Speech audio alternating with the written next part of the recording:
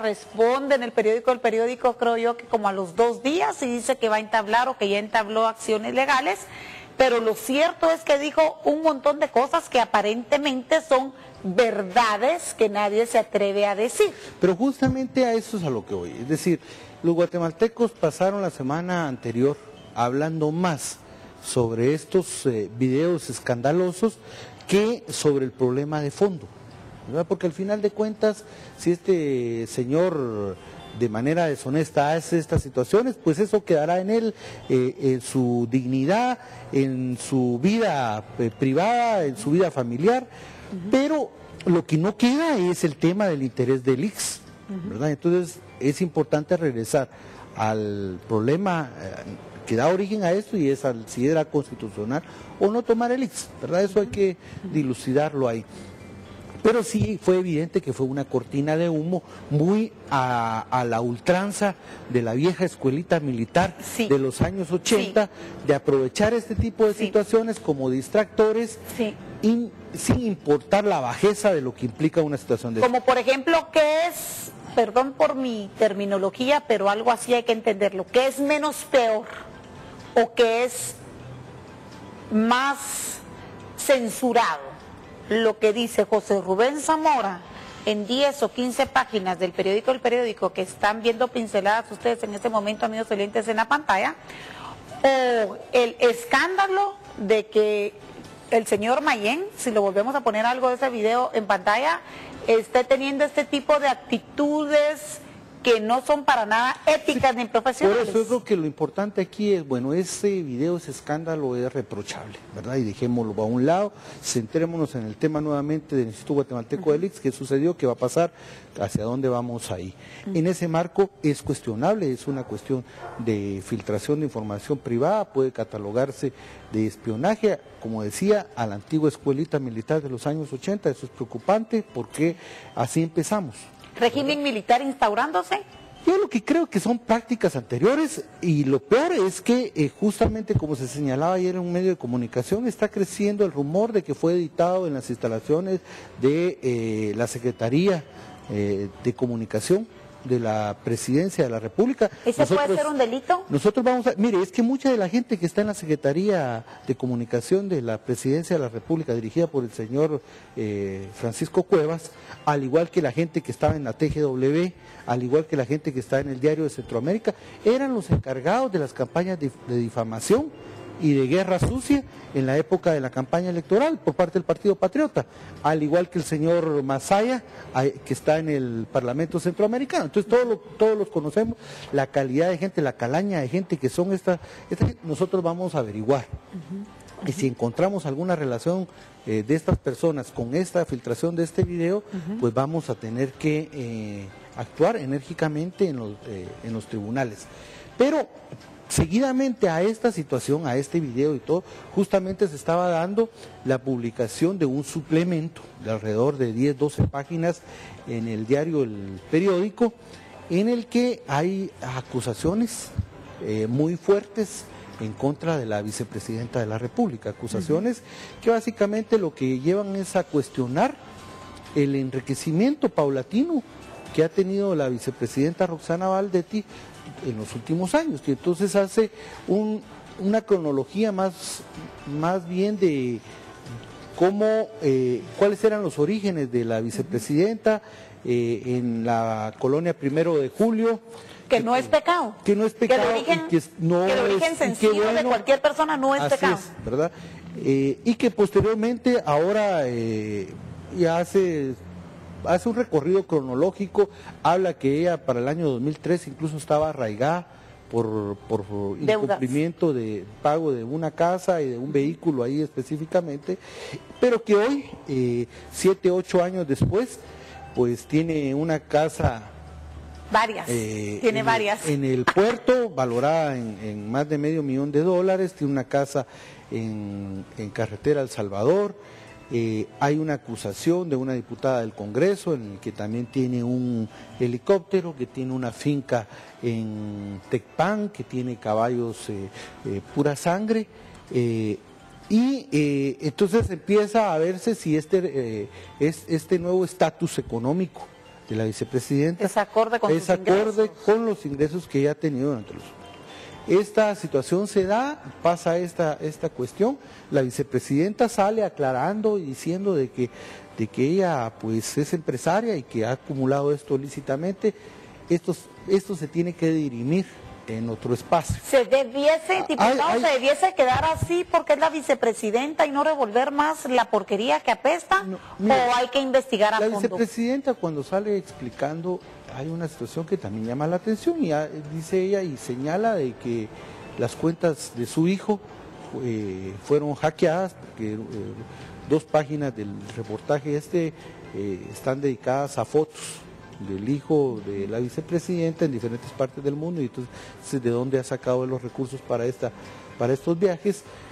Vea, independientemente de esta situación, es una denuncia pública que habría que hacer. Hay que preguntar si el MP va a iniciar investigaciones de oficio o no, pero estamos en un marco, creo yo, en el que se está utilizando artimañas del pasado, y eso es complicado, ¿verdad? Porque luego del descrédito político y de la convulsión, posteriormente viene la violencia política, y ojalá que no regresemos a esas prácticas del pasado. Nosotros creemos de que debe de dilucidarse en ese mismo marco de escándalos que se estaba dando sobre el posible enriquecimiento ilícito de la vicepresidenta.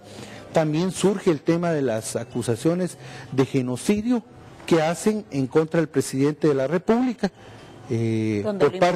por parte de un excaivil, ¿no? O un excomisionado militar o ex especialista del ejército que estaba prestando sus servicios justamente cuando el mayor Otto Pérez, alias Tito Arias, en el destacamento de Bizán, era uno de los 2 responsables de la Fuerza de Tarea Gumarcaj, que tenía sus operaciones en el área de Quiché, y básicamente en el área Ixil, y se da esta declaración donde el ex especialista dice que él escuchó y vio al mayor... Y a una videoconferencia. Otto Pérez dar este tipo de expresiones. El presidente, lejos de desmarcarse de esa situación que se está prácticamente dilucidando en un juicio, él se involucra, lo cual creemos nosotros que es un error político, es un error mediático, es un error estratégico por parte del presidente de la República, involucrarse en una situación que se está dilucidando en un tribunal y en un juicio histórico para las víctimas de estas violaciones a derechos humanos. Y entonces él sale de una manera muy enérgica a tratar de desvanecer o desmentir esto, poniendo en entredicho la independencia de poderes. Yo creo que... Pero luego hace marcha para atrás, porque salió muy agresivo a defenderse, porque se dio cuenta, salió su vocero y luego retrocedió. Se dio cuenta que no era la reacción que él tenía que haber tenido, ¿verdad? Salió el secretario, fue el secretario general de la presidencia, que también sale a defender y a increparle al Ministerio Público de que era una irresponsabilidad del Ministerio Público, cuando eso puede entender como una agresión a la autonomía del Ministerio Público. Sí. Patético las declaraciones del ministro de Relaciones Exteriores, Fernando Carrera, quien sale también y de una manera innecesaria sale a defender las acusaciones que se están vertiendo en el organismo judicial, sale en unas declaraciones realmente patéticas, a todas luces cuestionables, que un canciller salga a defender y que va a emprender una cruzada internacional para decir que el presidente no es conocido. Eso no le corresponde a un canciller, ¿verdad? Más bien nos recordó esas actitudes salameras y lisonjeras por parte de los funcionarios en defensa de quien en ese momento es presidente. Eso no lo tiene que hacer un canciller. Cuestionable también la actitud de la fiscal Claudia Paz de haber ido a casa presidencial bajo el pretexto de que estaban discutiendo temas de seguridad, pero todos sabemos que ella llegó a bajar los ánimos del presidente. Ella no tenía que ir a casa presidencial mucho menos rendirle cuentas al presidente. Es la segunda vez de error de la señora fiscal, porque la primera fue, creo yo, en el tema de Totonicapán. No es la segunda vez, ¿verdad? Son varias veces, ¿verdad? En que la fiscal realmente pone en entredicho la independencia que ella tiene que tener ahí. Hay que recordar que incluso la vicepresidenta, al nomás tomar el poder el año pasado, en los primeros meses, llegó incluso a gritarle a la fiscal, a sus mismas oficinas, sobre las actitudes que ellas quería ver, la persecución política que querían emprender en contra de varios exfuncionarios. Entonces la fiscal también cometió muchos errores ahí, una actitud indebida por parte de la fiscal, que también hay que decirlo y hay que expresarlo de esa manera. En ese marco, ¿verdad? Vemos realmente situaciones convulsas, y eso estamos hablando de 15 días, ¿verdad? Paralelamente a eso tenemos el escenario de estancamiento que seguimos teniendo en el Congreso. Prácticamente hay un boicot a la actividad legislativa por parte del partido líder, con una interpelación para nosotros innecesaria ya a estas alturas, pero que sin embargo se ha prolongado. La interpelación inició el 30 de noviembre del año pasado y estamos a 15 de abril del presente año y no ha terminado esta interpelación. Entonces creemos que hay una actitud irresponsable por parte de la bancada líder, que se suma a otras situaciones que se dieron en este marco. Ellos empezaron a mover a supuestas organizaciones sociales que impidieron 2 días consecutivos el ingreso de diputados al Congreso de la República, ¿verdad? Entonces se tuvo situaciones muy convulsas, ¿verdad?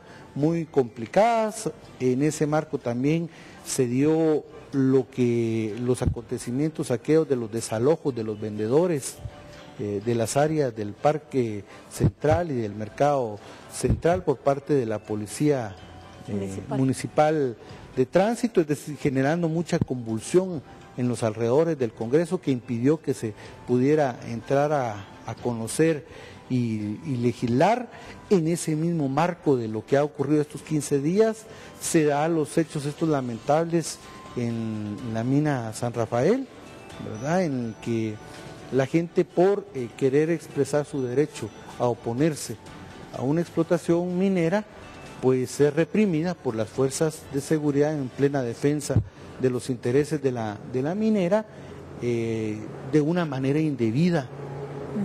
El juez no los escucha y los hace que pasen 3-4 días, llevan ya presos alrededor de 25 comunitarios de estos lugares, sin que haya realmente una situación. Es decir, hemos tenido 15 días del mes de abril bastante fuertes, bastante convulsos, que generan justamente lo que estamos viendo, un deterioro muy acelerado de la gobernabilidad en el país. Ok, eso me lleva justo al segundo tema, y es que todos los temas están entrelazados. El segundo factor es el de seguridad y justicia.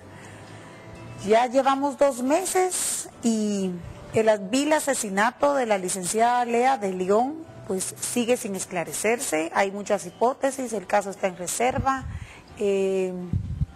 Ayer veíamos en alguno de los medios escritos, se lo podemos poner en pantalla, hasta una carta, un dibujito que mientras estaban entrevistando a su señor padre, que es un famoso periodista de un medio de comunicación escrito, la niña dibuja a su madre muy linda con los labios rojos, porque dice que a su madre le gustaba el color rojo, y dice la niña con sus propias letras, su niñita de 8 años, dice, era una buena persona. Yo en lo personal conocí a la abogada Lea de León, me pareció una persona formidable, llevaba casos muy emblemáticos, muy riesgosos, pero esa era su personalidad y todos tenemos derecho a un Estado de Derecho y a una defensa, ¿verdad? Ese es el primer tema. Sabemos también que está por arribar el aniversario de la muerte de Monseñor Gerardi. Sabemos que van a trasladar los restos de Monseñor Gerardi. Sabemos